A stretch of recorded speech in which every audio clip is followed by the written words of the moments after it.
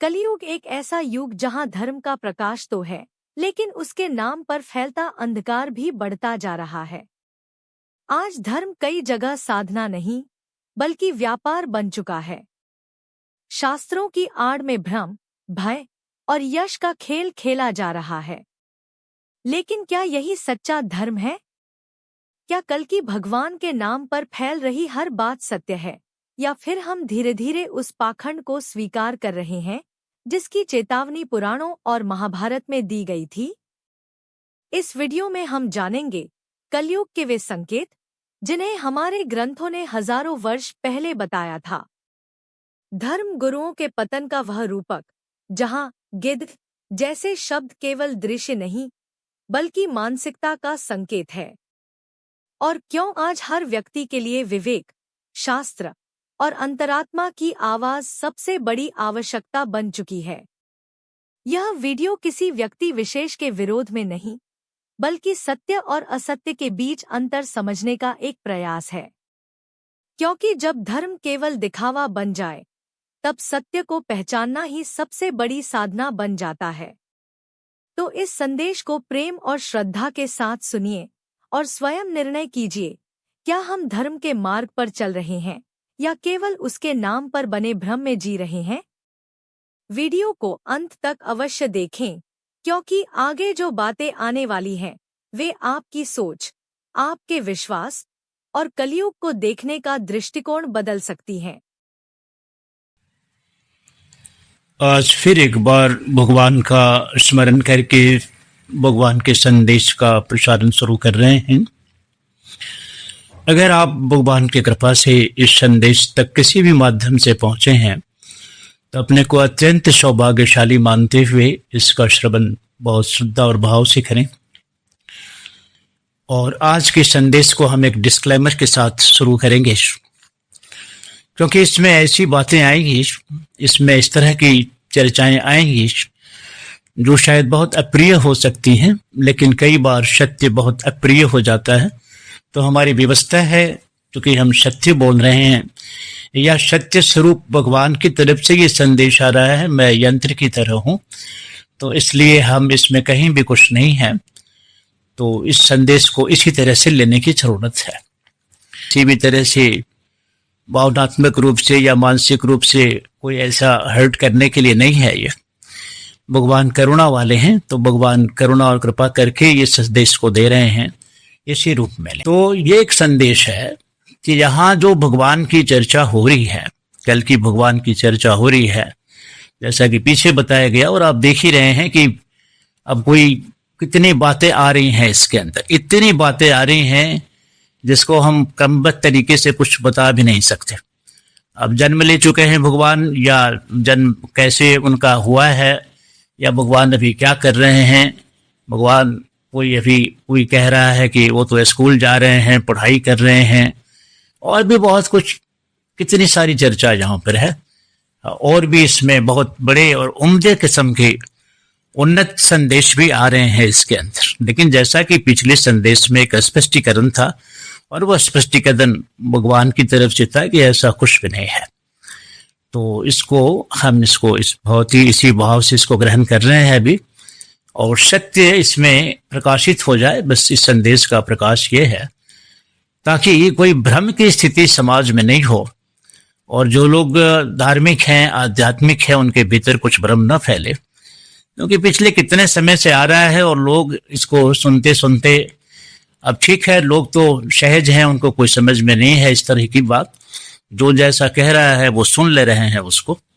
लेकिन असली बात यह है कि इससे जगत का मंगल हो रहा है, अमंगल हो रहा है, या ऐसे संदेशों का क्या मतलब होता है फिर।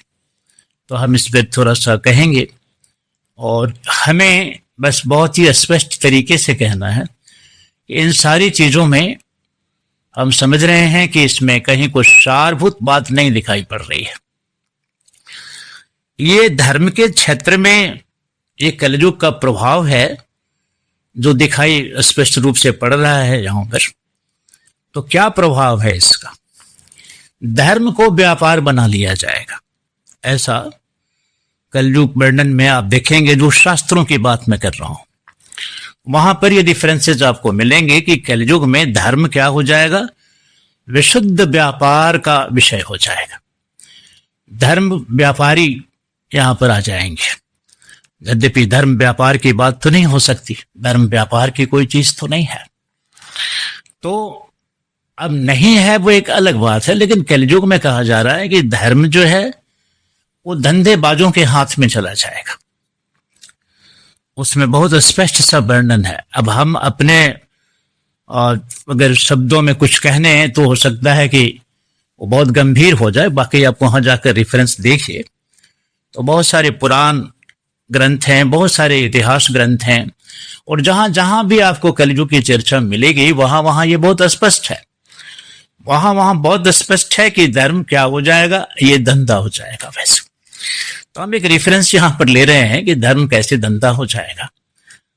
उद्धव से संवाद हुआ है भगवान का, कलयुग के ऊपर भी संवाद हुआ है। तो वहां पर भगवान ने कहा कि अब तो मेरे जाने का समय हो गया, और समय जो है अब बड़ा दूसरे तरह का आएगा यहाँ पर।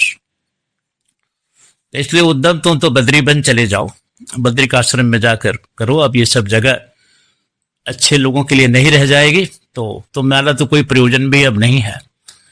तो ऐसे करने में थोड़ी चर्चा हुई है उसमें, और भी कई रेफरेंसेस आपको मिल जाएंगे इस तरह के, जहां पर भगवान ने अपने श्रीमुख से कुछ बातों को कहा है। पांडवों के संबंध में भी है, तो वहां भी ये बात आई है।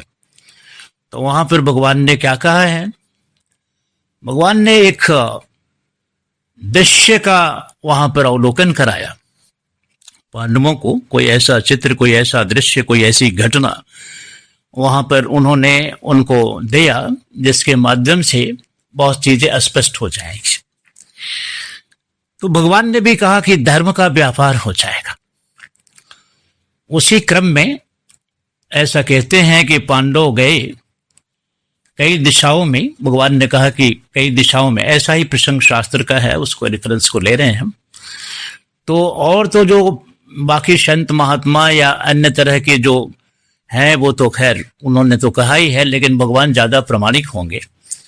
तो भगवान ने क्या कहा, भगवान ने ये कहा कि वही इसमें देखो जाकर तुम उस विभिन्न दिशाओं में चले जाओ, अलग अलग दिशाओं में जाओ तो तुमको कलयुग के संबंध में बात समझ में आएगी। तो उस पूरी कथा को हम नहीं ले रहे हैं, उसमें से हमारी जो सारभूत बात है उसको ले रहे हैं। तो सारभूत क्या है, अब कहते हैं कि अलग अलग दिशाओं में पांडव गए। अब एक पांडव ने उसमें से देखा कि थोड़ी दूर जाने पर किसी ऐसे वन प्रांतर में उनको एक पक्षी दिखाई पड़ा।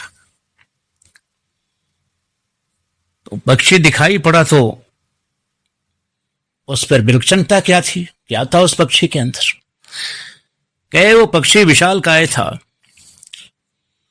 और पंखों से लेकर, चोंच से लेकर उसके पंजों तक, पंखों से पंजों तक और चोंच से पूंछ तक, जिधर देखो उसके पंखों पर वेद की ऋचाएं लिखी पड़ी हैं, वेद के मंत्र लिखे पड़े।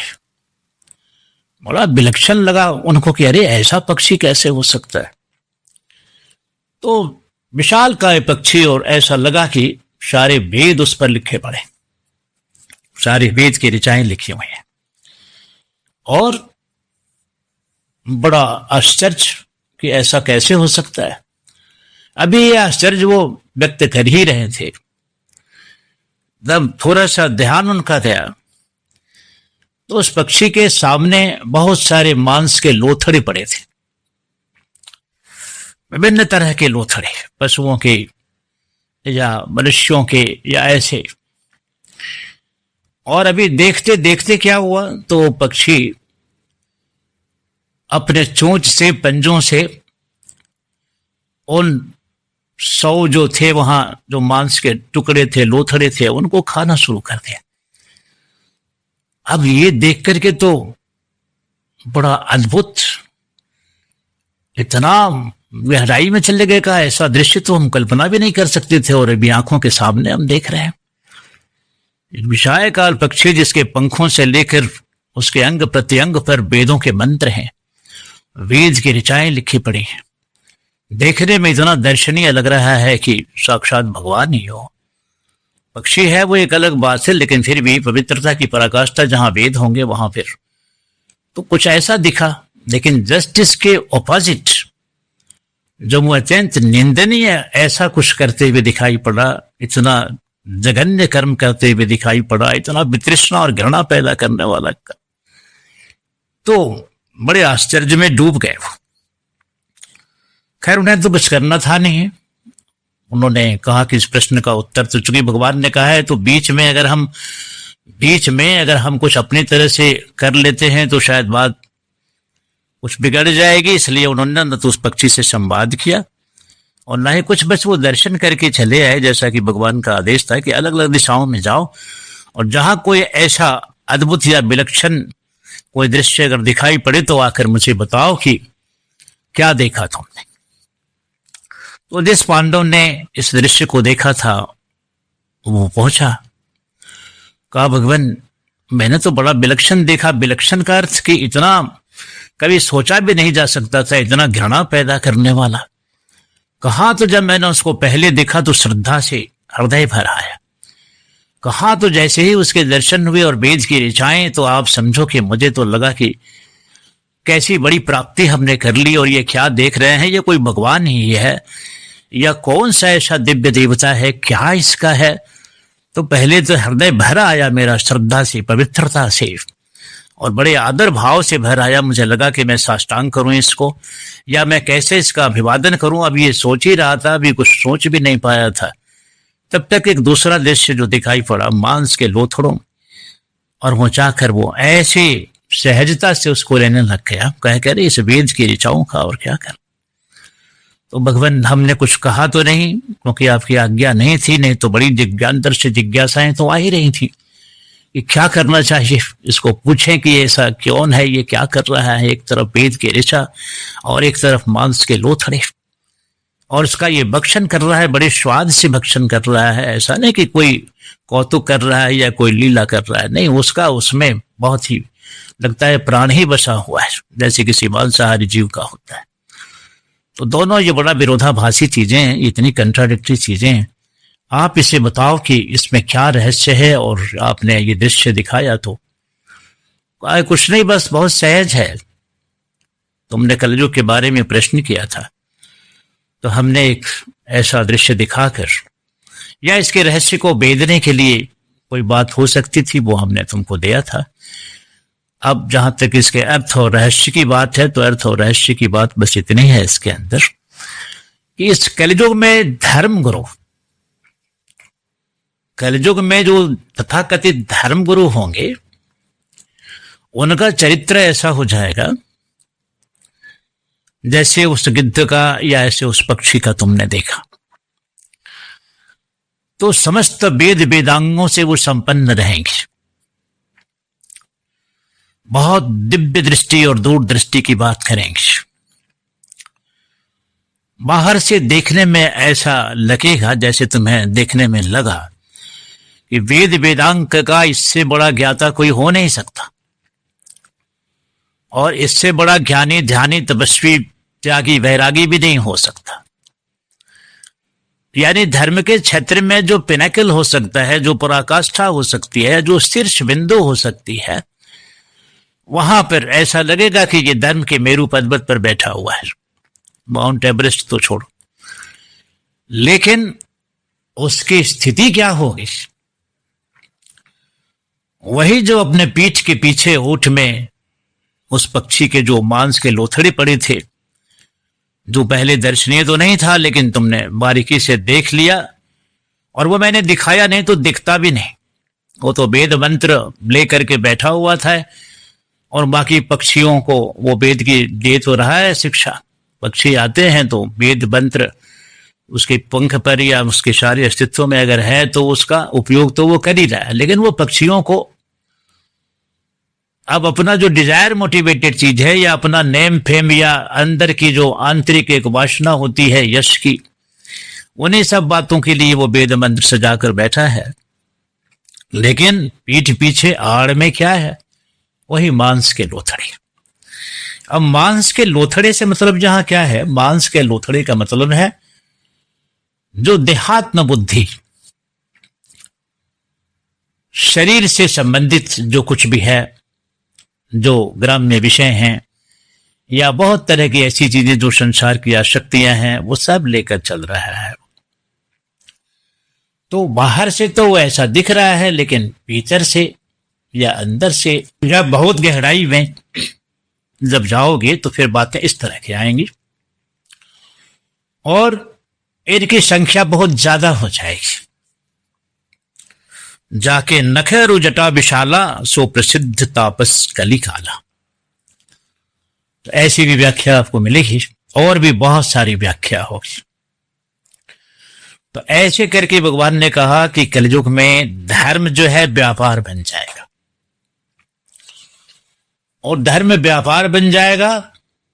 वो चित्र तो दिखाई दिया उन्होंने। वो व्यापारी क्या करेंगे, जैसे अन्य वस्तुओं के व्यापारी व्यापार करते हैं, मुनाफा अर्जित करते हैं और फिर अपने सुख सुविधा का ख्याल रखते हैं, और भी जो अपनी सांसारिक वासनाएं हैं उसकी पूर्ति करते हैं, धर्म गुरु कहलाने वाले लोग, वो भी कुछ ऐसा ही चरित्र इनका हो जाएगा।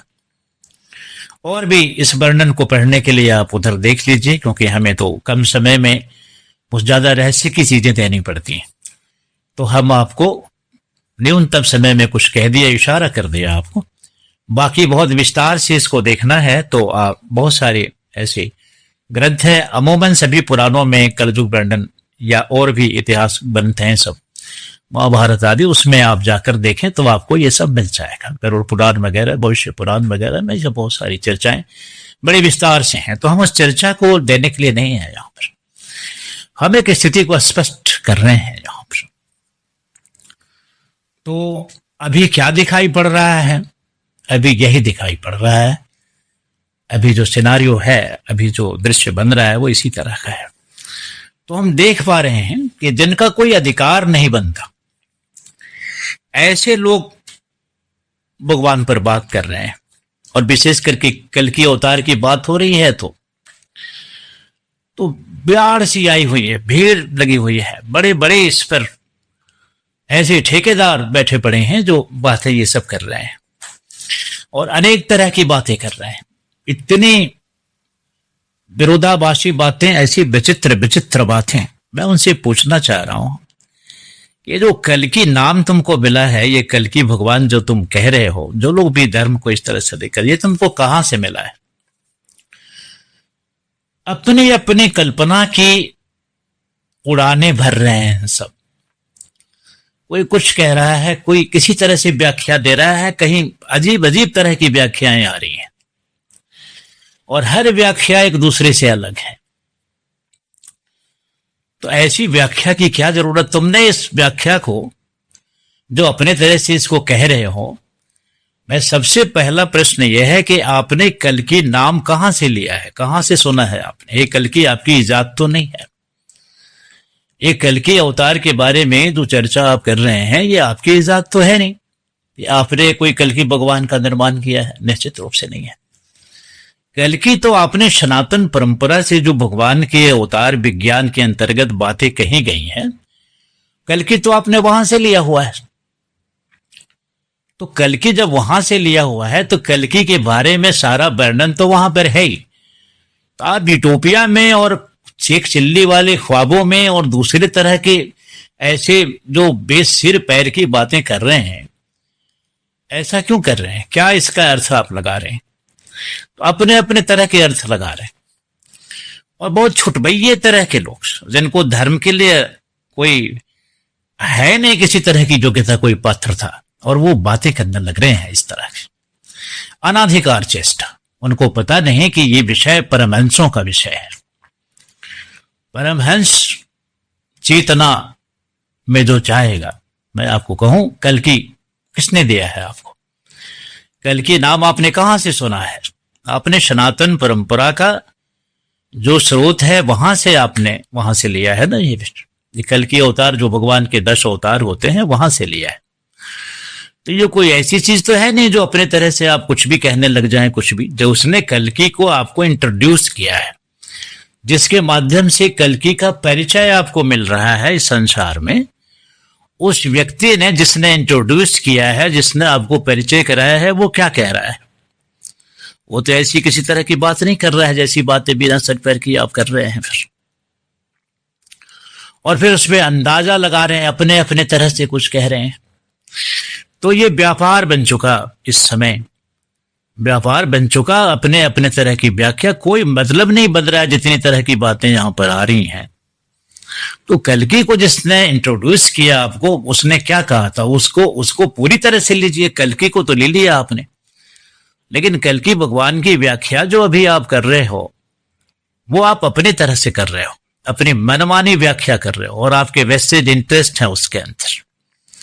अब वो कितने बड़े इंटरेस्ट हैं, कितने बड़े इंटरेस्ट हैं, वो बड़े बड़े ऐसी जगहों पर बैठे पड़े हैं, काफी मान सम्मान इन्हीं सब बातों के लिए मिल रहा है, धर्म का झंडा लेकर चल रहे हैं, धर्म के ठेकेदार बने बैठे पड़े हैं, और धड़ल्ले से यह बोलते चले जा रहे हैं कल्कि भगवान के ऊपर।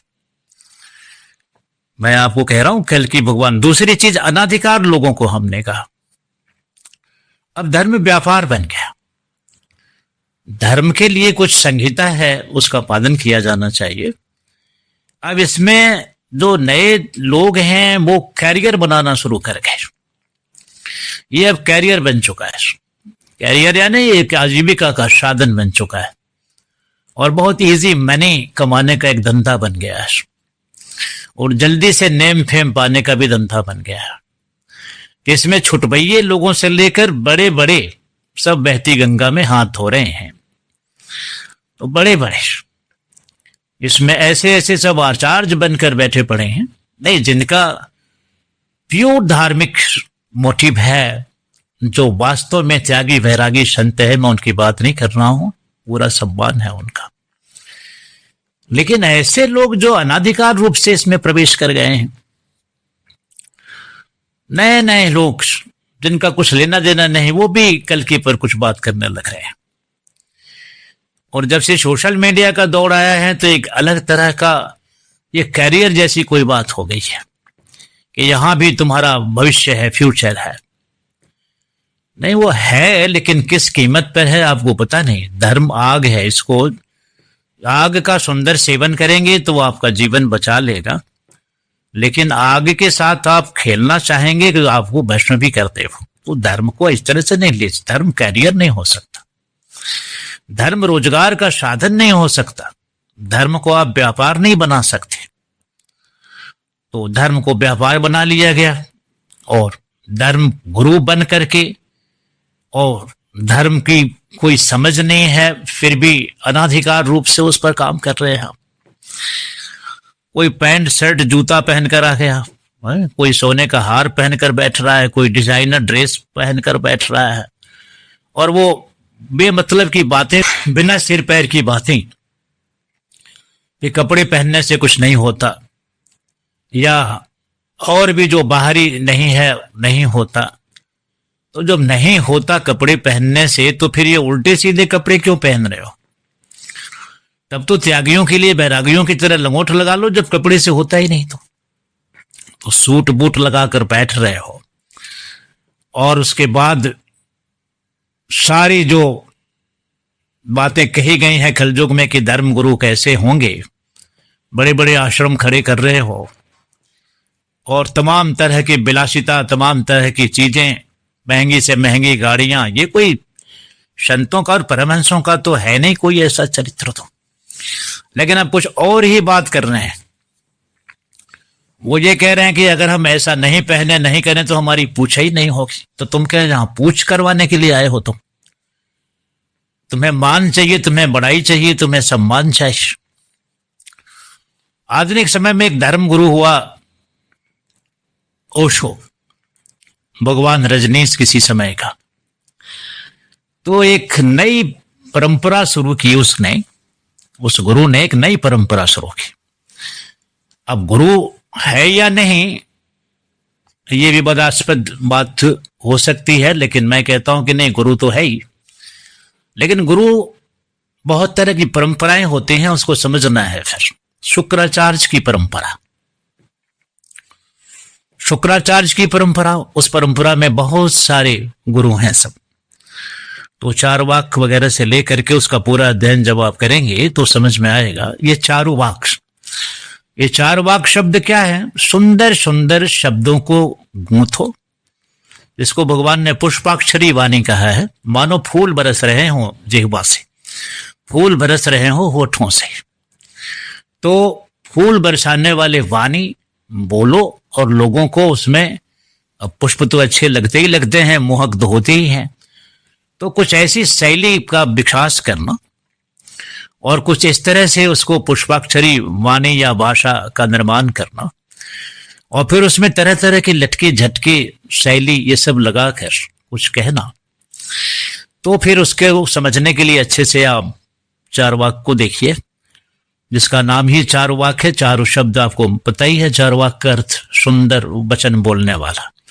चारु यानी सुंदर, वाक यानी वाणी, तो सुंदर सुंदर बातें बोलने वाला, मीठी मीठी मधुर मधुर बातें कहने वाला, ऐसी बातों को कहने वाला जो आपकी, जो ऐसी चेतना आपकी है जो जड़ता की है उसको और बढ़ावा देना, और विषय आपको अच्छे लगते हैं, वासनाएं अच्छी लगती हैं, नीचे गिरना आपको अच्छा लगता है, उसी को वो पीठ थपथपाएगा कि बहुत सुंदर है। तो एक नई परंपरा वहां से मैं देख पा रहा हूं कि एक शुरू हुई। तो इस तरह के धर्म गुरु सब आ रहे हैं, और वो ऐसी अवाहियात बात है। हम हीरा पहन लेंगे, अब हीरा पहन लेंगे तो बड़े उल्टे सीधे काम करेंगे तो हमारे आकर्षण में हम आ जाएंगे, हमको अट्रैक्शन मिलेगा। और इस तरह से ये एक नई परंपरा आई जहां सत्य का कुछ भी नहीं है, और अगर है अगर तो वो चारवाक परंपरा या शुक्राचार्य की परंपरा। तो उसमें अनर्गल बातें, गंदी गंदी बातें, तो हम उस पर अभी चर्चा नहीं करेंगे। लेकिन व्यापार तो अभी दिखाई पड़ रहा है, और वो खुला नाम ले रहे हैं कि हाँ ऐसा ठीक है, और बहुत सारे फैन है, बहुत सारे प्रशंसक तो शुक्राचार्य के भी हैं, और चारवाक की प्रशंसक नहीं, ऐसी बात तो नहीं है। तो वो सारा कुछ है। तो एक परंपरा यहाँ सब चली आई, और उसमें गाड़ियों का तांता लगा दो, उसमें तमाम लक्जरी दिखाओ और लोग उसमें आएंगे, फंसेंगे। एक इस तरह का माया खड़ा करना इसके अंदर। फिर वो कृष्ण का नाम लेंगे, किसी और का नाम लेंगे, कुछ और बात कहेंगे, मानो वो कृष्ण ही हों। तो ऐसी जो चीजें हैं एक परंपरा में दिखाई पड़ रही है। तो हमें ज्यादा कुछ कहना, मैंने पहले ही डिस्क्लेमर दिया कि ये सारी बातें जो हम कह रहे हैं, हम सत्य को प्रकाशित करने की बात है इसके अंदर। बाकी और कोई किसी के प्रति दुर्भाव नहीं है, कुछ ऐसा नहीं है। नहीं, अगर ऐसा कुछ हुआ अगर, तो फिर परमहंसों की जो संहिता है वो व्यर्थ हो जाएगी, परमहंसों की जो संस्कृति है वो व्यर्थ हो जाएगी। निश्चित ही जो बातें कलयुग के बारे में कही गई हैं वो सब यहाँ दृष्टिगोचर हैं, उनके अपने एक्सप्लेनेशन है, उनकी अपनी व्याख्याएं हैं। वो अपने उन क्षुद्र वासनाओं को पूरा करने के लिए, जो कि कहीं ना कहीं यश से, कृति से मिली हुई है, या कामिनी या कंचन से मिली हुई है। खाने को लडुआ मिले लोग कहे महाराज। तो इस तरह की जो बातें यहाँ पर हैं, बहुत ज्यादा चर्चा हो जाएगी इस पर। तो हम थोड़ा सा सूत्र रूप में कुछ कहते चल रहे हैं आपको, तो उससे होकर ये चल रहा है। लेकिन कोई अधिकार नहीं बनता, आप जहां हैं जैसे हैं अपने कर्मों से भगवान की आराधना कर सकते थे, लेकिन अनाधिकार प्रवेश करना, इसमें कोई त्याग नहीं, कोई वैराग्य नहीं, और अपने क्षुद्र वासनाओं को कब्र करने के लिए आपने इस धर्म का चादर ओढ़ लिया और ऐसे कर रहे हैं, तो ये ठीक नहीं है फिर। और करोड़ों करोड़ों लोगों को भ्रमित कर रहे हैं। सबसे बड़ी बात है, करोड़ों लोग शिकार हो रहे हैं इसके।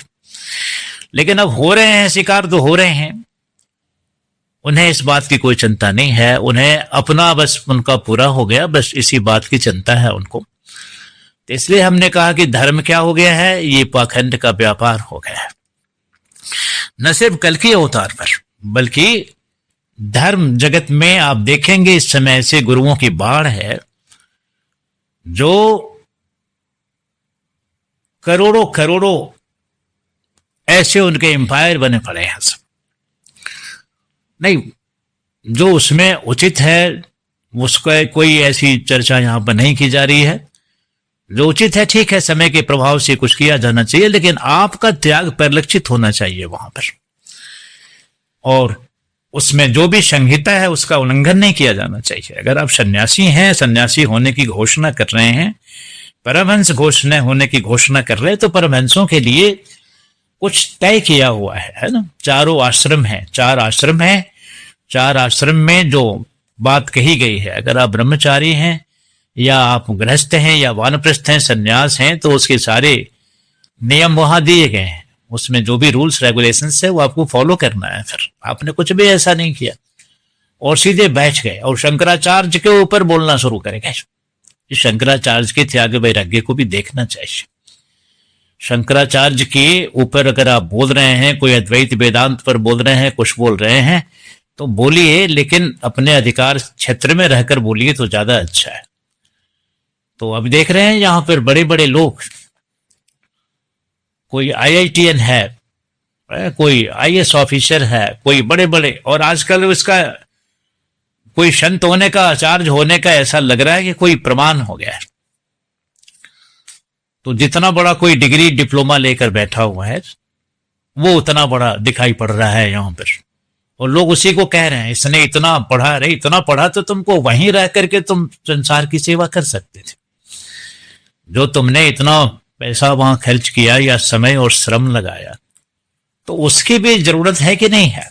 अगर तुम इंजीनियर हो, और इस बात का आकर यहां दिखाते हैं हम तो इंजीनियर थे, और ये जो सामान्य लोग हैं वो समझते नहीं इंजीनियर होना या कुछ ऐसा होना, कोई IAS ऑफिसर होना या कोई ऐसा ओहदा, तो ऐसी बातें जब आती हैं तो फिर उनको लगता है कि ये बहुत बड़ी बात है, तो इसलिए वहां पर भीड़ लगाते हैं, कुछ करते हैं, और फिर ये ऐसे जो भोले भाले लोग हैं उसका एक्सप्लॉइटेशन कर रहे हैं। और एक शैली है इनके पास, निश्चित ही जब इन्होंने अध्ययन किया है, फिलॉसफी की पढ़ाई तो है ही है, तो उसमें जो कुछ भी इनको मिला है फिर इन्होंने अलग से कुछ श्रम करके अपना एक डेवलप कर लिया। ये बातें शायद बुरी लगे उनको, लेकिन ये बुरे होने के लिए नहीं है। आप अपनी अंतरात्मा को जानते हैं अच्छे तरीके से, हमारे कहने पर मत चाहिए। मैंने पहले डिस्क्लेमर दिया है कि आप अपनी अंतरात्मा को टटोलिए और वहां देखिए कि वास्तव में जो ये बातें कही जा रही हैं आपके अंतस में तो गवाही होगी ही होगी। हाँ, जो पवित्र हैं या जो शुद्ध हैं, हम उनकी बात ही नहीं कर रहे।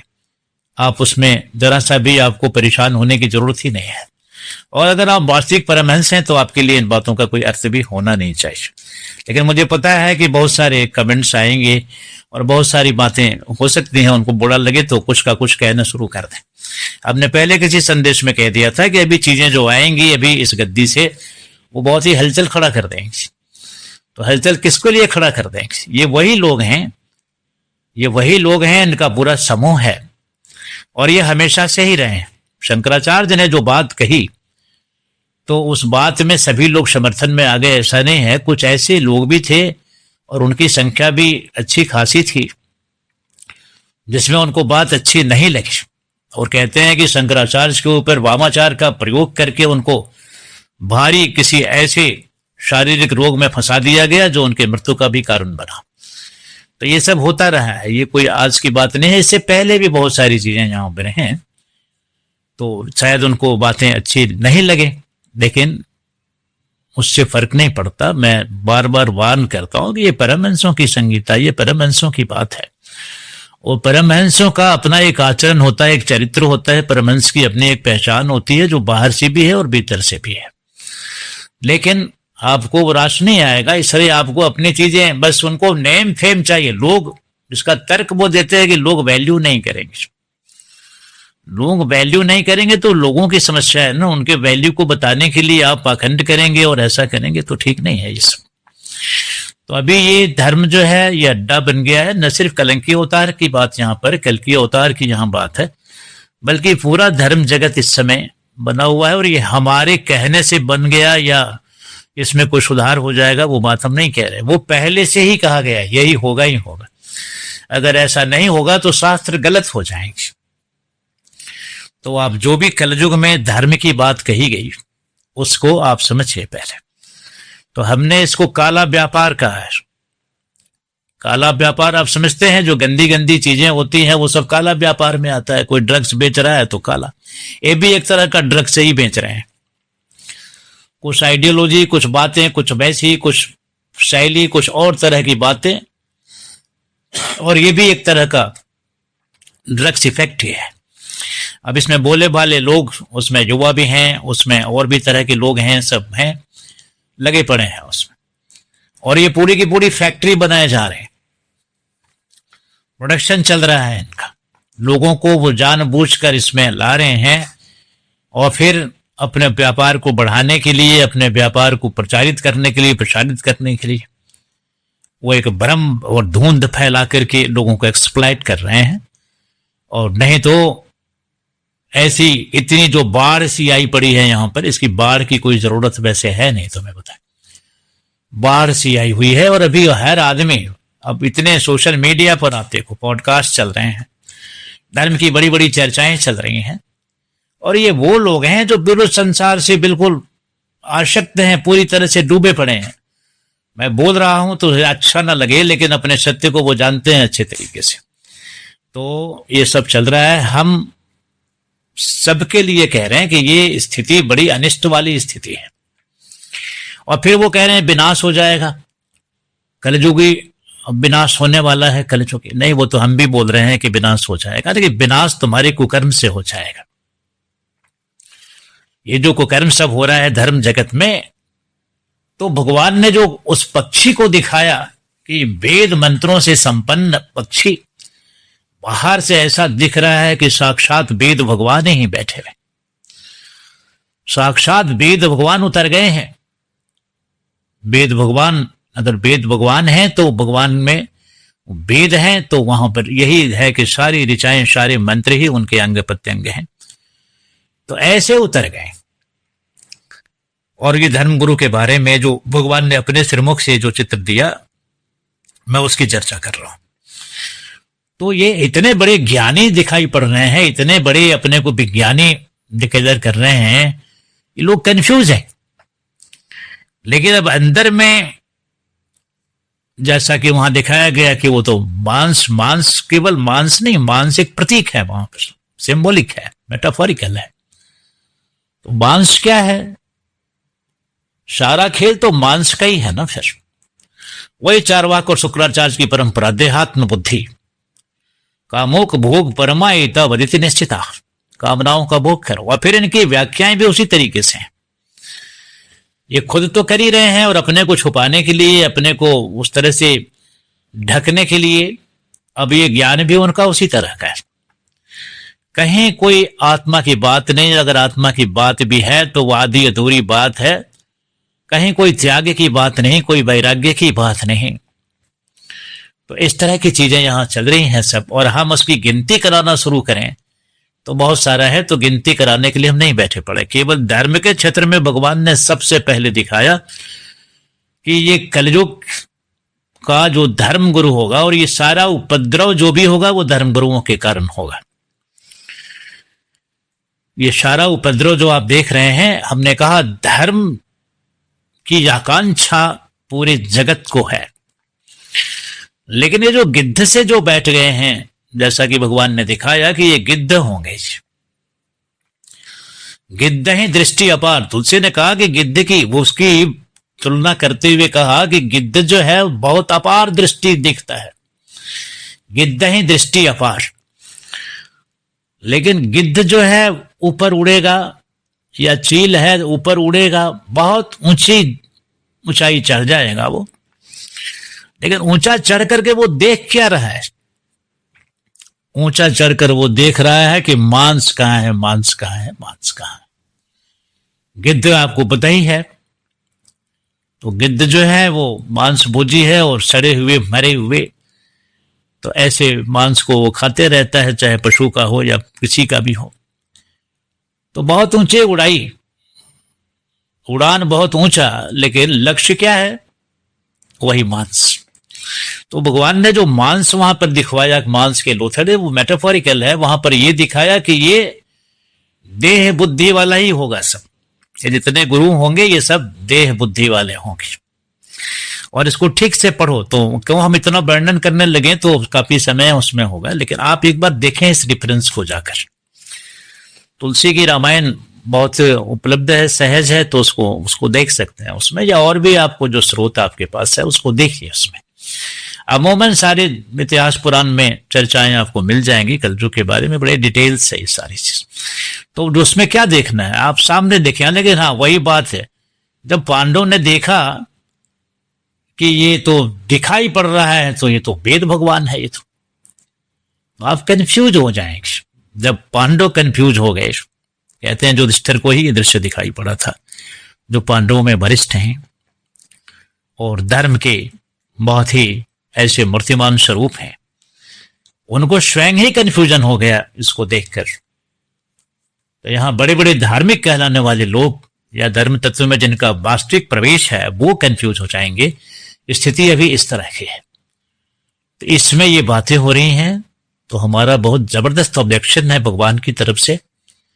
मैं तो उनका प्रतिनिधि की तरह बोल रहा हूं आपसे, बहुत जबरदस्त है कि ये पाखंड इसको बंद होना चाहिए, इस पर अच्छे से काम होना चाहिए। और फिर इसको देखिए, जहां से क्या करना है, जहां से आपने कल्कि को सुना है वहां पहुंचे, अपने मन की उड़ान नहीं भरिए। कोई किसी बात का कह रहा है, कोई किसी तरह से कह रहा है, कोई पैदा ही हो गया, ये बहुत सारी बातें दुनिया भर की चीजें हैं, आप वहां पर हैं तो आप सुन रहे होंगे। तो इन सभी बातों को बंद किया जाना चाहिए और जो वास्तविक स्थिति है उसको ले आना चाहिए।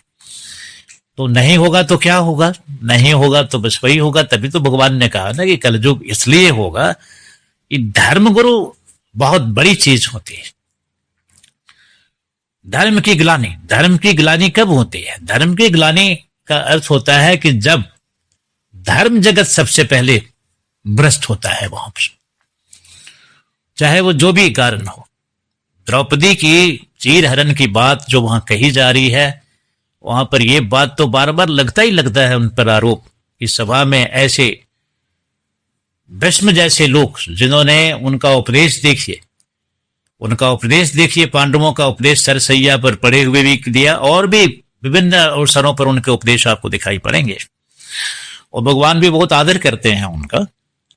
लेकिन फिर भी देखिए, कलयुग का दोष कह लीजिए या कुछ भी वहां पर जो भी कारण रहा हो, तो वहां यह आरोप तो उनके ऊपर है ही है कि उन्होंने धर्म का साथ नहीं दिया। वहां पर यीशु जब अपने जगह पर थे, लेकिन स्त्री का चीर हरण हो रहा है, वहां पर कोई भी इशू बहुत फीका पड़ जाएगा, फिर इसमें को उठना चाहिए था।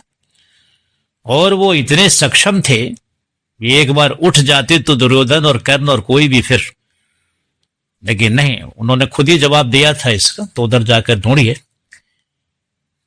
खुद ही जवाब दिया था उन्होंने कि क्यों ऐसा हुआ था। द्रौपदी ने यह प्रश्न किया था फिर कि आपने धर्म तत्व के इतने गहरे व्याख्याता होने के बावजूद, कि भगवान भी जिसकी प्रशंसा करे, आपने क्यों नहीं फिर वहां पर, क्या हो गई थी आपकी बुद्धि, वहां पर कैसे कुंठित हो गई थी? जवाब दिया। क्या जवाब दिया था? जवाब यही कि मैं उसका अन्न खा रहा था। अब इतना भी अब क्या कहा जाए, तो ये बुद्धि का भ्रम है, कोई किसी का नहीं खाता, खा तो भगवान का रहा है तू। इसीलिए हम देखेंगे ये सब चीजें जो आती हैं इसको बहुत बारीकी से समझना होता है। फिर तो कल्कि अवतार की स्थिति अभी हमने पीछे कुछ कहा था, अभी कुछ ऐसा नहीं होने जा रहा। जितनी भी बातें हैं वो सीधे से निरस्त कर देने जैसी हैं और अभी इसकी कोई चर्चा की जरूरत ही नहीं है यहाँ पर।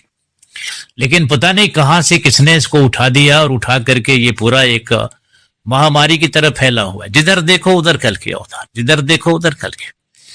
मेरे पहले संदेश हमने दिए तो संदेश में कई हमारे को बताया गया कि कई ऐसे संदेश आए जो बड़ा ही गंभीर किस्म के कमेंट्स थे वहां पर। क्या तो आप कुछ नहीं जानते, आपको कुछ पता ही नहीं है, कल्कि तो पैदा हो गया है, कल्कि को हम जानते हैं, हम आपको दिखा देंगे, बता देंगे। क्या मोड़ता ही बात है। तुम खुद को नहीं जानते, तुम्हें खुद की खबर नहीं है, अभी तुम कल्कि की खबर ले रहे हो। तो इस तरह की चीजें यहां पर हैं, बात बना बना कर ऐसे किताबों से लेकर, कोई पुस्तकों से लेकर, कोई पन्नों से लेकर, फिर ऐसे कोई ऐसे गुरु सब बने हैं, कोई हिमालय से आकर संदेश दे रहा है, कहीं कुछ कर रहा है, किसी को एलियन मिल रहा है तो किसी को पता नहीं कहां से ऊपर से संदेश आ रहा है, किसी को भगवान सपने में आकर बता रहा है। वही भगवान सीधा सीधा मिलकर बता रहा है। नहीं, वो तो मैं भी कह रहा हूं, लेकिन मेरा कहना और बाकी जो कहना है उसकी परीक्षा करोगे तब समझ में आएगा कि क्या है क्या नहीं। तो ये जो पाखंड का बहुत बड़ा अभी ये जो एक चल रहा है व्यापार, इससे जो आम लोग हैं इनको कंफ्यूज नहीं होना है, फिर उनको समाधान नहीं दिखाई पड़ रहा है। ठीक है, अगर मान लो कल की भगवान आ रहा है, कुछ ऐसा हो रहा है, इतना धर्म फैला हुआ है, काहे को भगवान को कष्ट देने में लगे हो? तुम क्या कर रहे हो? तुम्हारी क्या बात है? तुम क्या करना चाह रहे हो? तो अपनी योजना भी वो बता ही रहे हैं। कोई कल की सेना बना के बैठे पड़े हैं, कोई काहे कि कल की सेना, उनकी अपनी योजना है, उनकी अपने तरीके हैं। तुमको किसने कहा कल की सेना को? भगवान कोई ऐसे कमजोर बैठे पड़े हैं जो तुम सेना बना कर बैठे पड़े हो उनकी? तो और फिर हमने कहा कि अभी इसका तो कोई नाम निशान भी नहीं है, इसका अभी बहुत समय है उसके अंदर। तो वो कोई राक्षस आपको ऐसा समझ में आ रहा है कि जैसा तैसा राक्षस है? वो जैसा तैसा राक्षस नहीं है। जिस राक्षस को मारने के लिए अभी तो कुछ भी यहां नहीं दिख रहा इस तरह का, उस राक्षस का जो प्रभाव है अभी तो कुछ नहीं दिख रहा। हमने पीछे कहा था कि ये तो बिल्कुल ही अभी शुरुआती नवजात नियोनेट स्थिति में है, नेसेंट स्टेज में है। अभी तो बात ही कुछ मत करो इसकी ऐसी। तो बच्चा छोटा सा शेर का भी हो तो क्या कर लेगा वो? अभी तो उसके दांत भी नहीं आए, अभी कुछ नहीं हुआ। हाँ, जब बड़ा हो जाएगा तो बहुत कुछ कर देगा, लेकिन छोटा बच्चा किसी का भी तो कलयुग का, जैसा हमने कहा, अभी और इस पर विस्तार देंगे आपको, लेकिन अभी तो इसकी चर्चा करने की भी कोई जरूरत नहीं थी। लेकिन व्यापारियों को व्यापार बनाना है तो उन्होंने व्यापार बनाकर कुछ कहना शुरू कर दिया, और बहुत बड़ा व्यापार इस पर सतयुग ला रहे हैं। बड़ी बड़ी संस्थाएं हैं यहाँ पर जो सतयुग लाने की घोषणा कर रही हैं। अरे सतयुग तुम्हारे लाने से थोड़ी होता है। और फिर अपने कैलकुलेशंस, कोई कैलकुलेशंस नहीं है सिवाय इसके धंधेबाजी के। धंधे के सिवा और कुछ नहीं है यहाँ पर, वो धंधे की बात है यहाँ पर। तो ऐसा कुछ नहीं है। कल के अवतार के बारे में जैसा लिटरली जहां से कल के इंट्रोड्यूस किया गया है तुमको, उसको देखो, उस पर कोई हक नहीं है तुम्हारा। किसी भी तरह से इस तरह का बकवास करने का तुमको जगह नहीं है कि अपने कैलकुलेशंस दे रहे हो कि ऐसे हो गया, ऐसे हो गया, और कल की आ रहा है, और कल की ऐसा, और ये हो जाएगा, वैसा हो जाएगा। कोई कह रहा है चेतना का है, कोई कुछ और ही कह रहा है, कुछ और ही। भाई बाकी में नहीं है। रावण के संबंध में तो ये नहीं कहा गया कि चेतना का खेल है, नहीं, लिटरली वहां फिर फिजिकली राम गए और उसको मारा उस तरीके से। चेतना और अंतर जगत की जो बात है वो ठीक है अपने जगह पर, वो बिल्कुल ही अलग है। लेकिन मैं बाहरी जगत की भी बात कर रहा हूं। पुराण या जो कुछ भी स्रोत आपके पास है उसमें से आपको जहां से, तो उसको ठीक से देखिए उसको। और कुछ दूसरे तरह के लोग हैं जो, या कुछ उसमें मूर्ख भी हो सकते हैं, लेकिन जो भी हैं कहीं से भी स्वीकार्य वाली बात नहीं है उनके अंदर। भगवान ने इसलिए तस्वीर दिखा दिया कि जब धर्म के क्षेत्र में तुम ऐसा देखो तो वो कलयुग की बात है। तो आपको क्या कहा कि कलयुग की बात है तो क्या है, उस गिद्ध के पास जाकर के फंस जाओ उसके साथ, तुम भी मांस में शेयर करने लग जाओ। ऐसा तो नहीं कहा भगवान ने, कहा कि इसमें तो इसको ठीक से देखना है। कोई धर्म गुरु या कोई भी धर्म का व्यापार करने वाला और कोई भी कलयुग की अवतार की बहुत ही, यानी ऐसे वो उनको शर्म भी नहीं आती है, उनको कुछ सोचना भी नहीं है कि हम क्या पाप कर रहे हैं। वो सोचना इसलिए नहीं है कि कलयुग का प्रभाव तो है ही, लेकिन प्रभाव वो वाला नहीं है, एक शुरुआती दौड़ है यहां पर। तो उनके पास कोई समाधान नहीं समझ में आ रहा, कोई समाधान की बात नहीं है। भगवान ने ये सब कहा तो भगवान ने समाधान भी तो दिया है।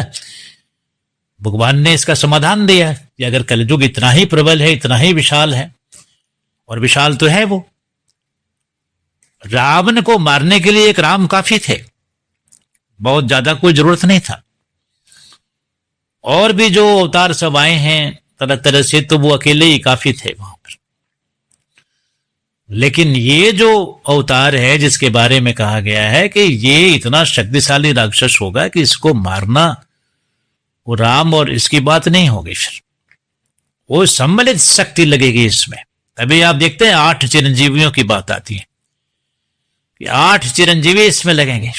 और 8 चिरंजीवी में देख रहे हैं भगवान के अवतार कितने हैं उसमें। परशुराम को तो आप जानते ही हैं जो भगवान का अवतार है ना, व्यासदेव तो बैठे ही पड़े हैं वहां पर। और 8 चिरंजीवी में आप देख ही रहे हैं हनुमान जी जैसे। तो ऐसे करके वो सारे एक से एक दुर्धर्ष वहां पर बैठे हैं। इन सभी की शक्ति लगेगी। राम के लिए एक विश्वामित्र काफी थे, कृष्ण के लिए एक संदीपनी काफी थे, दुर्वासा काफी थे, लेकिन इसके लिए 8-8 चिरंजीवी लगेंगे। आप समझ सकते हैं कि कितनी बड़ी बात है इसके अंदर। तो वो बहुत बड़ा उसमें होगा। और ये तो अभी कुछ नहीं है, उसका समय अभी बहुत दूर है। और रहा सवाल विकास की बात, विनाश की बात, तो पिछले हमारे कुछ संदेशों में विनाश की बात तो हम भी कर रहे हैं, महाविनाश की बात भी हम कर रहे हैं। तो वो कैसे कर रहे हैं, फिर इसका मतलब क्या होगा? नहीं, इसका कल्कि से कोई लेना देना नहीं है। जिस विनाश की बात हम कर रहे हैं उसमें कल्कि की बात नहीं है कि कल्कि कोई विनाश करने आ रहा है या कल्कि अवतार हो गया है। नहीं, ऐसी कुछ बात नहीं है इसके अंदर। वो विनाश होगा, विनाश तो होते ही रहते हैं। कोई ऐसा तो नहीं है कि कल्कि अवतार ही आकर विनाश करते रहते हैं यहां पर। यहां तो सभ्यताएं जमींदोज हो गई। इस दुनिया ने 2-2 वर्ल्ड वार देख ली और जाने कितने नुकसान सब होते ही रहते हैं। कितनी महामारियां यहां पर आती हैं, लाखों करोड़ों को लेकर चली। एक ने कुछ कहा कि पॉपुलेशन कम है। अरे पॉपुलेशन तो कम होता ही रहता है, प्रकृति का अपना नियम है, वो अपना करती है। कल्कि अवतार का क्या लेना देना इससे? उसका लेना देना जो उसका समय है उसके हिसाब से। हमने पीछे किसी संदेश में बताया है आपको कि कल्कि अवतार के समय जो कहा गया है उनका रत्न मारू तलवार और देवदत्त घोड़ा, वो उस समय, इस बीच में हमने थोड़ी कथा बताई है, आगे और विस्तार से करेंगे। कल्कि अवतार की बात भूल जाओ आप। कल्कि अवतार जब होगा जब देख लेंगे। तो अभी विनाश जो बातें कही जा रही, उस विनाश को ठीक से समझे। उसका कल्कि अवतार से कोई लेना देना नहीं है। कोरोना आया और उसमें लाखों लाखों को लेकर चला गया, क्या है कल्कि अवतार का? क्या है इसके अंदर? नहीं, भगवान की लीला तो हमेशा चलती ही रहती है।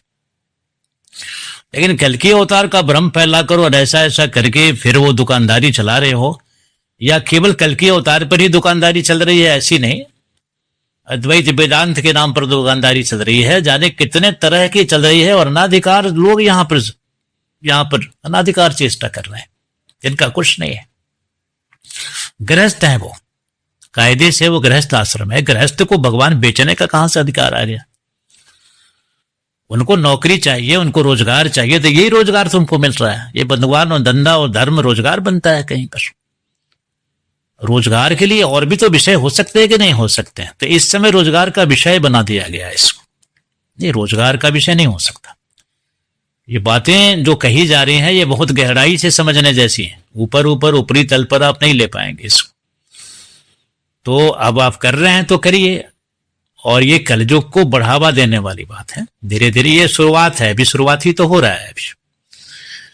तो 21st सेंचुरी, इसमें जो तमाम तरह की चीजें जो अभी दिख रही हैं, जिसको माध्यम बनाकर आप नेट को माध्यम बना करके ये सब करके, या और भी दूसरे तौर तरीकों से टेक्नोलॉजी को लेकर के, आसुरी टेक्नोलॉजी उसको लेकर के, और फिर जो व्यापार बना लिए और इसको बहुत बढ़िया कैरियर मान रहे हैं कि इसमें तो बहुत पैसा है, इसमें तो कुछ करना नहीं है, कुछ ऐसा ही है, या कुछ भी बोल दो, कुछ भी कह दो, फिर पैसा ही पैसा है। फिर तो IAS ऑफिसर बनकर क्या फायदा है ना? फिर तो IIT करके क्या फायदा है? उसको तो बस यूज कर लो यहाँ पर कि हमारी डिग्री वैसी है। तो ये ऐसे ऐसे लोग राम पर, कृष्ण पर नहीं, राम कृष्ण पर कोई भी बोलने से मना नहीं है, लेकिन अपने अपने अधिकार क्षेत्र के भीतर। वर्ण और आश्रम की बात है। कल की अगर बात कर रहे हो तो फिर वर्ण और आश्रम की बात भी करनी पड़ेगी तुमको। और फिर अगर नहीं कर रहे हो तो कम से कम ये सन्यास को और इस धर्म के क्षेत्र को दूषित मत करो। लेकिन वो तो होगा, होना ही है। अभी तो शुरुआत ही हो रही है और ये होते होते फिर ये कई बार हमने कहा था कि ये होता रहेगा। और हमने पीछे कहा था कि ये परमाणु बम के जमाने में नहीं आना है। इसको परमाणु बम से विनाश की बात हमने की है और वो बीत गए, फिर सही है। अपने परमाणु बम का आविष्कार जिसने किया था या जिसने सूत्र दिए थे, अल्बर्ट आइंस्टीन, उससे पूछा गया था कि भाई कोई वर्ल्ड वार का या कुछ ऐसा प्रश्न उसको किया गया था, तो वो विस्तार में नहीं जाकर हम सूत्र रूप में कह रहे हैं। तो उसको पूछा गया तो उसने कहा कि देखो, हम तो क्या होगा क्या नहीं होगा इसके बारे में तो हम नहीं जानते, लेकिन अगर वर्ल्ड वार के संबंध में पूछा गया था, ये अगर तीसरा विश्व युद्ध हुआ तो फिर क्या। तो उसी क्रम में उसने कहा था कि तीसरा विश्व युद्ध होगा या क्या होगा इस पर तो हम कुछ नहीं भविष्यवाणी कर सकते, लेकिन चौथे विश्व युद्ध की भविष्यवाणी कर सकते हैं। और उस भविष्यवाणी में हम ये कह सकते हैं कि अगर चौथा होगा तो फिर उसमें ईंट और पत्थर से लड़ना होगा, क्योंकि कुछ बच नहीं जाएगा थर्ड वर्ल्ड वार के बाद। ये उस वैज्ञानिक का है जो बहुत दूरदृष्टि रखता था, और उस वैज्ञानिक का है जिसने परमाणु बम के सूत्र दिए थे। तो वो होना ही है। हमने पिछले संदेश हमारे देख लीजिए, परमाणु प्रलय, उसमें देखिए तो आपको उसमें कहा गया है कैसे कि कैसे होना है उसको। तो वो तो होगा फिर, और फिर ईंट पत्थर का जमाना आ जाएगा। आपके वैज्ञानिक ने कहा ना कि फिर तो ईंट पत्थर वाली बात होगी। तो ईंट पत्थर होगी तो फिर तो आदमी पहले भी ईंट पत्थर में था कि नहीं, पाषाण युग यहां पर हुआ था कि नहीं। तो पाषाण युग हुआ था तो फिर वो पाषाण युग की तो बात हो गई ना। फिर आदमी पत्थरों के हथियार बनाता था, आगे चलकर और थोड़ा डेवलप हुआ, बाद में लौह युग कह लो। तो यही कहानी फिर से है। और सृष्टि के सर्ग प्रतिसर्ग आदि जो पुराणों में कहे गए हैं, सृष्टि का निर्माण, इसकी स्थिति और फिर इसका संहार, तो ये चक्र चलते ही रहता है। कोई बिग बैंग पहली ही बार हुआ बस यही से दुनिया बनी हुई है ऐसा नहीं। अगर बिग बैंग को भी हम मान लें तो कितनी बार बिग बैंग हुआ होगा। तो ये अनादि है, नाइदर बिगनिंग नॉर एंड। इस कथा को हम ये नहीं कह सकते कि बस ये कई बार ये बस बन गया और उसके पहले तो कुछ था ही नहीं। नहीं, उसके पहले भी था, एक फूलती फूलती दुनिया थी। ये होते ही रहता है बस।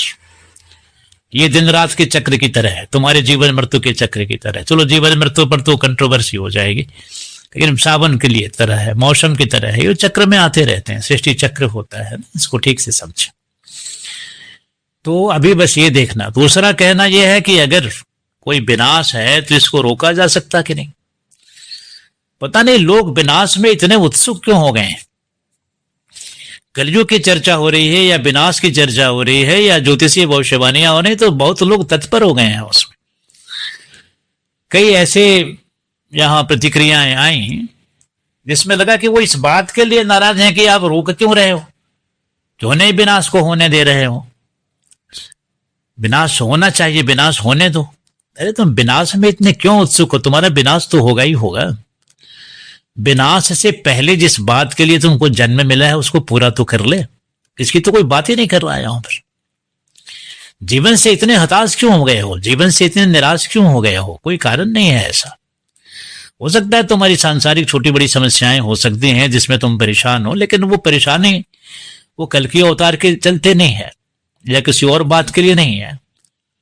सही स्थिति है कि तुम अपने भाग्य को, तुम अपने काल को, तुम अपने जीवन को, तुम किसी भी बात को आरोप नहीं लगा सकते इस बात के लिए, सिवा अपने की एक सच्ची बात यह है कि स्वयं पर आरोप लगाओ।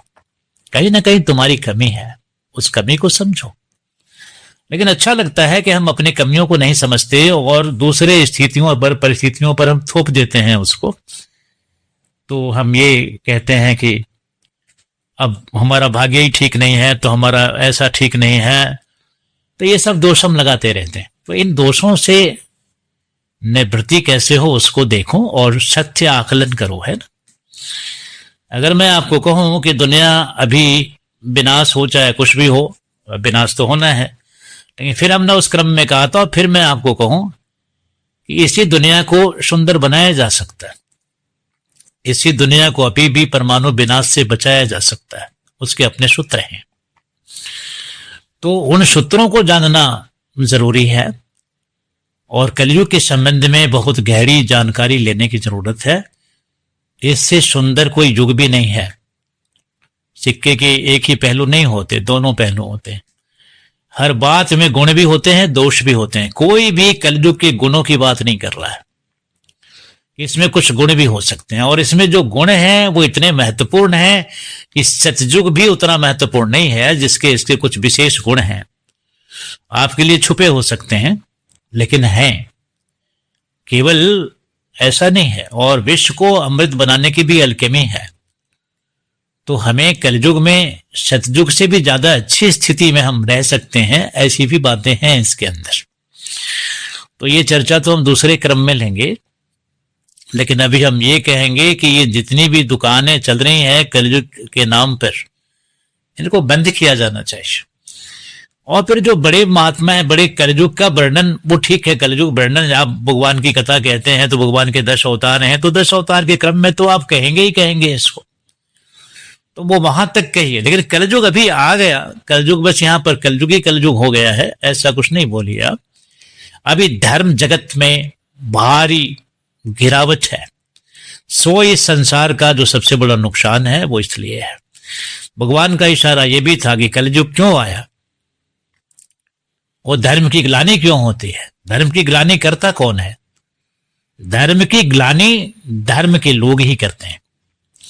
और धर्म के लोग जो असहाय हैं, जो कमजोर हैं, जिनकी पहुंच नहीं है, जिनका उतना ज्ञान नहीं है, उनको दोष नहीं दीजिए। We can't blame them. Blame अगर करना है तो उनको दीजिए जो शीर्ष पर बैठे पड़े। अब कोई सबसे बड़ा धर्म है, उसका पोप बैठा हुआ है, वो जिम्मेवार है इस बात के लिए। और भी जो धर्म के क्षेत्र में बड़े बड़े बैठे हैं वो जिम्मेवार है। वो जो पक्षी दिखाई पड़ा था वो सभी का सरदार था, ऑर्डिनरी पक्षी तो नहीं था।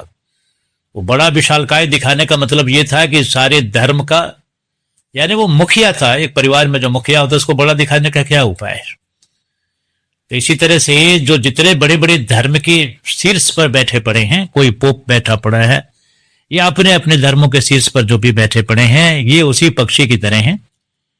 और इनके कारण, जैसे उस पक्षी के कारण भगवान का इशारा था कि ये हुआ, ऐसे ही धर्म जगत को अपनी जिम्मेवारी को समझना है। दूसरी बात मैं यहां कहना चाहूंगा कि ये भारत है। भारत के धर्म गुरुओं को अपनी जिम्मेवारी समझनी चाहिए, क्योंकि इनको विशेष जिम्मेवारी दी गई है।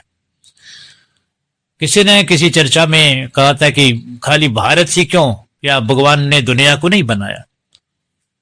नहीं, मैंने अपने संदेश किसी में कहा था कि पूरा दुनिया, पूरी धरती ही भारत है। ध्यान रखना इस बात का। भारत का नक्शा अभी जो देखते हो ऐसा नहीं है, भारत पूरी पृथ्वी है। तो फिर भारत फिर अलग से क्या कह रहे हैं?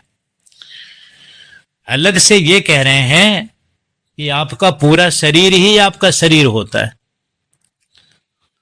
आपके पैर की उंगलियों से लेकर सिर की चोटी तक आपको क्या कहा जाता है? आपका शरीर, आपका अस्तित्व।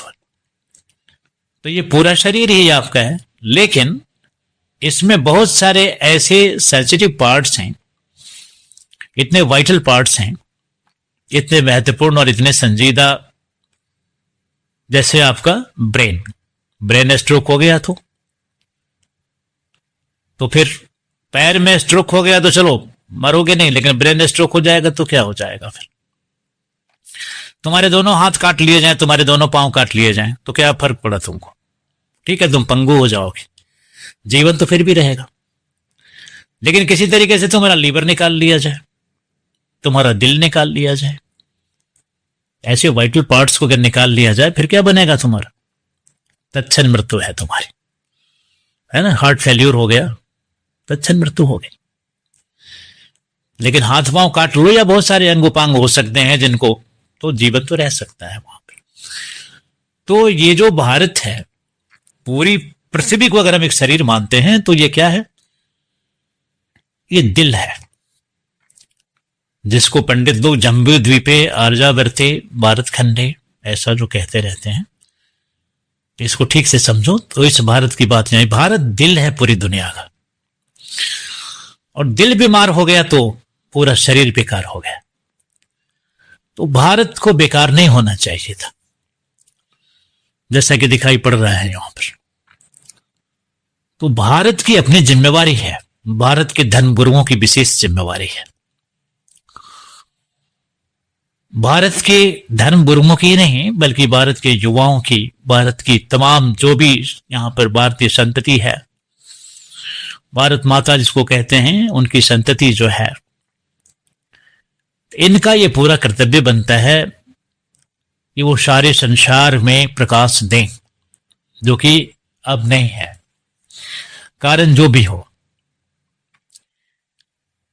और फिर क्या कह रहे हैं, अंधेरा और बढ़ता जा रहा है। कहाँ तो आपको अपनी जिम्मेवारी लेनी थी प्रकाश को फैलाने की, तो आप अंधेरों की बात कर रहे हो, खुद अंधेरों में डूबे हुए हो और बाकियों को भी अंधेरे में घसीट रहे हो, और कभी कलंकी अवतार के नाम पर किसी और धर्म की चर्चा कर करके और उल्टी सीधी अनर्गल व्याख्या करके करोड़ों रुपया धर्म गुरु खर्च कर रहा है अपने ऊपर, गाड़ियों की लाइन लगा रहा है, और क्या क्या कर, ये किसी धर्म गुरु का नहीं है। फिर त्याग क्या रह गया, वैराग्य क्या रह गया? और तुम जो गृहस्थ आश्रम में उनको ये सिखा रहे हो कि तुम्हें त्याग करना चाहिए, वैराग्य करना चाहिए। अरे तो आचार्य का मतलब होता है कि अपने आचरण से तुम उस त्याग को दिखाओ तो सही।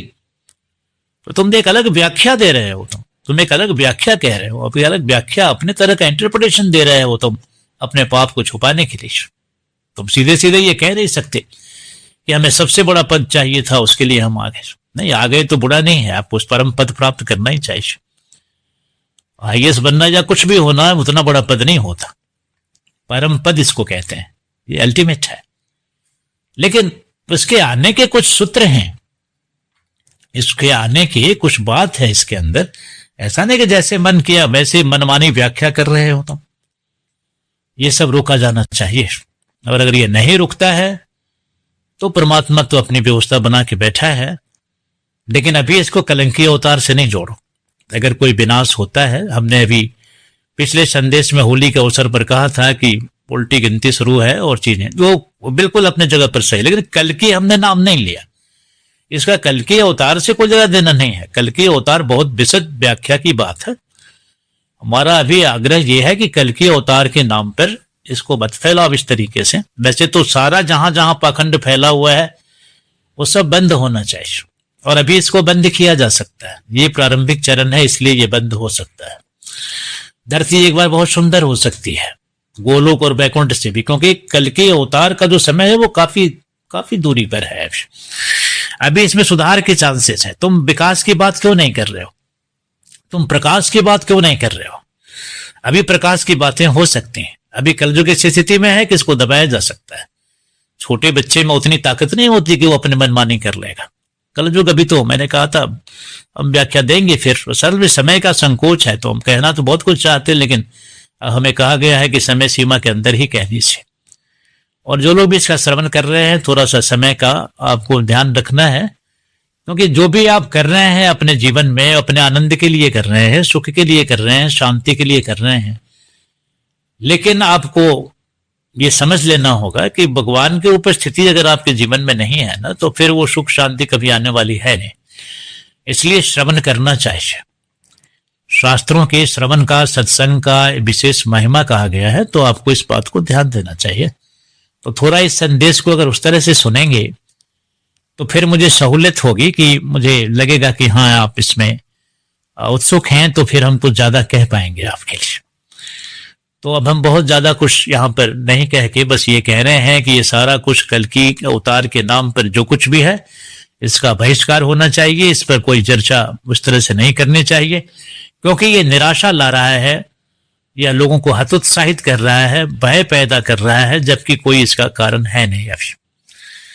अभी यहाँ पर बहुत सारे सूत्र हैं जो धरती को गोलोक और बैकुंठ से ज्यादा सुंदर बनाया जा सकता है। अभी उस पर काम करिए। अभी कलयुग बच्चा है, बच्चा भी नहीं है, मैंने कहा था, अभी गर्भ भी नहीं है। और आप कहेंगे कि हमारे पास तो रेफरेंस है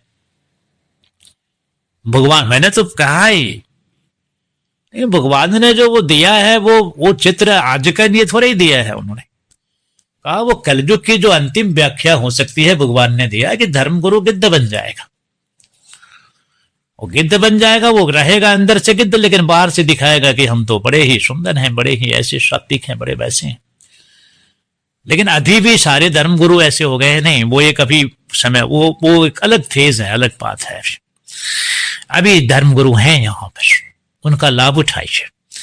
और मंदिरों में मैंने कहा था पिछले संदेश में कि धर्म की बड़ी मांग है। धर्म नहीं है ऐसा नहीं, धर्म को दिशा नहीं है, धर्म को राह नहीं है। अब ऐसे मिल करके यही कलंकी कलंकी कलकी करते रहेंगे और विनाश विनाश विनाश विनाश करते रहेंगे। अरे तुम क्यों पागल हो गए? और पागल बनाने वाले लोग बैठे पड़े हैं जहां पर, उनको अपना धंधा चलाना है तो वो धंधा बना रहे। अनाधिकार जिनका प्रवेश नहीं होना चाहिए इस क्षेत्र में, वो आ जा रहे हैं। अरे तुम जहां हो वहीं से करो ना जी को। त्यागियों को बैरागियों के लिए रहने दो इसको। वो जो कुछ कहेंगे, वो नहीं भी कहेंगे तो भी, वो नहीं भी कहेंगे तो भी उनकी उपस्थिति मात्र से, उनकी प्रेजेंस मात्र से संसार का कल्याण हो रहा है। लेकिन अगर तुम अच्छा नहीं कर सको तो पाप में क्यों डूबते हो? अगर तुम धर्म नहीं कर सको, धर्म को ना फॉलो कर सको, तो अधर्म में क्यों टपक देते हो? लेकिन वो तो कलयुग वाले में कहा गया था। लेकिन अभी भी ये इस स्थिति में है कि अगर जो आम जनता है, जो धर्म के उत्सुक लोग हैं, अगर वो एक बार अच्छे से इस पर विचार करें और बहुत सुंदर ढंग से इसको अगर हम लेकर चलें, तो धरती अभी भी, ये पोटेंशियल इसके अंदर है, ये संभावना इसके अंदर है कि ये बहुत ही सुंदर होना है इसको। और हम समझते हैं कि इसको एक बार होना है, इसको विनाश तो खैर होना है, विनाश तो होगा, लेकिन विनाश एक संदेश हमारा कलयुगी दुनिया का भारी संहार, और फिर कलयुगी दुनिया का भारी संहार और धरती बनेगी फिर एक बार सुंदर। उसमें ऐसे नहीं कहा गया है। लेकिन अगर सभी मिल करके अगर मृत्यु की मांग कर रहे हैं, विनाश की मांग कर रहे हैं, और बाकी दूसरे जो बैठे पड़े हैं वो उसको गुमराह कर रहे हैं, तो ये भ्रम मिटाया जाना चाहिए। संदेश का भगवान की तरफ से ये है कि ये भ्रम समाप्त होना चाहिए और ये जो अधर्म और पाप हो रहा है ये बंद किया जाना चाहिए। कलयुग का वर्णन करना वो एक ठीक बात है। भगवान के 10वें अवतार का, 24वें अवतार का, अनंत अवतार का वर्णन करिए, वो ठीक है। लेकिन अभी कुछ सूत्र भगवान की तरफ से आए हैं जिसकी चर्चा हम आगे करेंगे। इस भ्रम को हटा देने के बाद और थोड़े से लोग अपने जिम्मेवारी को समझते हुए, और हमने कहा भारत इसको अपनी जिम्मेवारी समझनी चाहिए। विश्वगुरु बनना नहीं है, विश्वगुरु ऑलरेडी आप हैं, लेकिन अब अपने खुद ही अपने को आपने लकवा मरवा दिया है, तो बात कुछ और है। तो चर्चा शायद ये ज्यादा ना हो जाए, हम यहीं आपको आशीर्वाद देना चाहेंगे और भगवान की तरफ से ढेर सारा प्रेम देना चाहेंगे। अगली चर्चा में फिर हम इसको लेंगे, लेकिन अभी के लिए बस इतना ही है कि ये सारा कलयुगी जो भी बात है, ये सब एक से एक इसमें विशाल महात्मा सब बहती गंगा में हाथ धो रहे हैं। सारे कलयुग पर छोड़ दो, कलयुग पर काहे को बात करते हो? फिर वर्णन कर दो, इतना काफी है। और फिर पुस्तकें निकाल कर ला रहे, तुम्हारी पुस्तक हम देखेंगे या जिसने कल्कि को इंट्रोड्यूस किया उसको देखेंगे? व्यासदेव क्या कह रहे हैं? व्यास ने कल्कि को इंट्रोड्यूस किया है तुमको, नहीं तुम क्या जानते हो कल्कि के बारे में?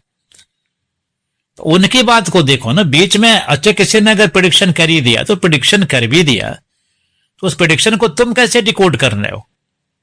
ऐसा कुछ दिख नहीं रहा, अंधों को भी नहीं दिख रहा इस तरह से, ऐसी धर्म की हानि इस तरह से हो गई है, ऐसा तो कुछ है नहीं। तो वो तफसील से अगर हम कहें तो ज्यादा तफसील उस संसार में मौजूद है। एक बार जो दृष्टि हम दे रहे हैं, जो चश्मा दे रहे हैं, उसका यूज करो, आपको साफ साफ दिखने लग जाएगा। आपकी आंखें खराब हो गई या जानबूझकर आपने आंखों पर पट्टी बांध लिया है, तो आप आंखें खोलो और जो दृष्टि दी गई है, जो चश्मा दिया गया है इस संदेश में, इसको लगाओ और फिर देखो दुनिया कितनी सुंदर है, बहुत ही सुंदर है। और फिर किसी का विनाश हो या चाहे कुछ भी हो सारे जगत का, तुम अगर इसमें कंसर्न रखते हो, तो इससे कलयुग भगवान तेरे को मारने के लिए थोड़ी ही कह रहे हैं। उन्होंने सूत्र दिया, उस सूत्र को देखो। अगले संदेश में उस सूत्र की बात करेंगे जिससे व्यक्ति हो या परिवार हो या समाज हो या राष्ट्र हो या विश्व हो या संपूर्ण अस्तित्व ही क्यों ना हो, उस सभी ही परम शांति को, परम आनंद को प्राप्त करेंगे, बड़ी दिव्यता को प्राप्त करेंगे, परम आनंद को प्राप्त करेंगे। और ये धरती ही गोलोक से, वैकुंठ से ज्यादा सुंदर हो सकती है। ऐसे सूत्र है, उनकी बात ही नहीं है यहां पर, उसकी बात कोई नहीं कर रहा है, उसकी को उसमें दुकानदारी चलेगी नहीं। दुकानदारी तो आजकल जो फिल्में आ रही हैं, जो हिंसक फिल्में हैं, जो वायलेंस दिखा रही हैं, वैसे दिखा रही हैं, तो ब्लॉकबस्टर बन जाती हैं या जाने कौन सी super hit, super duper hit हो जाती हैं। तो आप कलयुग को सुपर डुपर हिट बनाने में लगे। ऐसे नहीं, फिल्म भी कल की पर बनी गई, कोई कह रहा था। तो ये सब जो चीजें चल रहे हैं, व्यापार, प्लीज धर्म को व्यापार न बनाओ, और कलंकी अवतार को या किसी भी अवतार को व्यापार का विषय नहीं बनाओ। कम से कम इसको बख्शो, नहीं तो क्या कर लोगे तुम? थोड़े से पैसे कमा लोगे, थोड़ा नेम फेम मिल जाएगा, लेकिन तुम्हें पता नहीं तुम्हारी आत्मा की क्या दुर्गति है अभी भी और आगे भी। अभी तो तुमको लग रहा है कि चलो ठीक है, बहुत बढ़िया, लेकिन ये बहुत बढ़िया हमेशा रहता नहीं बेटा, है ना। और इसीलिए सब चीजें गलत हो रही हैं यहाँ पर। तो हम आज यहीं विश्राम दे रहे हैं, और आपको बहुत बहुत प्रेम, बहुत बहुत आशीष। फिर अगले संदेश में हम कुछ सूत्रों को लेकर आएंगे, और भी इसके और भी जो व्याख्याएं हो सकती है इस पर, जिसपे कि अंधेरा छटे और शुभ्र प्रकाश का उदय हो, हम इसकी कोई चर्चा करेंगे आपसे। और इसमें कुछ भी अगर अनप्लेजेंट आपको लगा हो, कुछ भी अगर आपको ऐसा लगा हो, किसी को भी, मैं सबकी बात कर रहा हूं, तो अपनी अंतरात्मा को देखो। मेरे से कुछ करने से है नहीं, और मेरा कोई इसमें ऐसा कोई भाव नहीं है कि हम किसी को इंसल्ट करने के लिए या किसी तरीके से उसके साथ हमारा किसी भी तरह का कोई एनिमिटी है या कुछ ऐसी बात है, उसके लिए तो हम है नहीं। तो हमने सत्य कहा है, सत्य को जरा सा देखो अपनी कसौटी पर, अपने अंतस की कसौटी पर। कुछ बात समझ में आए तो अपने को देख लो, और नहीं समझ में आए तो अपने मन के मालिक हो। भगवान भी आपको दिए हुए हैं, आप मालिक बन सकते हो। लेकिन रावण ने कहा कि सो हम, मैं खुद ही भगवान हूं। तो भगवान पहुंच गया, फिर पूछा कि को हम, तो मैं कौन हूं, बता दिया अच्छे से। तो आपके परिवेश में भी वही हो जाएगा। तो भगवान बनने की कोशिश नहीं, और बाकी इस तरह से पूरा अधिकार से नहीं। जो बातें कही जा रही हैं, विचार करो इस पर, और इसको बंद करो, इस चीज को। विकास की बात करो। कल की अवतार या कोई भी जो बोल रहे हो, किसी भी युग में, किसी भी अवतार में, किसी भी काल में, वह सूत्र कौन सा है जिसमें आत्मा प्रकाशित हो, उसकी बात करो। डरा करके और वैसे करके किसी का एक्सप्लॉयटेशन, ये ठीक नहीं। चाहे व्यक्ति हो, समाज हो या राष्ट्र हो, नहीं। और भारत को अपनी जिम्मेवारी समझनी होगी। कम से कम ये पाखंड भारत से हटना चाहिए। और अगर नहीं हट रहा है तो चलो, ये तो भगवान हटाने के लिए बैठा ही है, उसके अपने तौर तरीके हैं। तो चलो, ये चर्चा शायद लंबी हो गई है, तो फिर मैं अगले सत्र के लिए आपको फिर से आमंत्रित करता हूं, और फिर हम फिर भगवान के अगले संदेश को लेंगे। और तत्काल के लिए बहुत बहुत प्रेम, बहुत बहुत आशीष।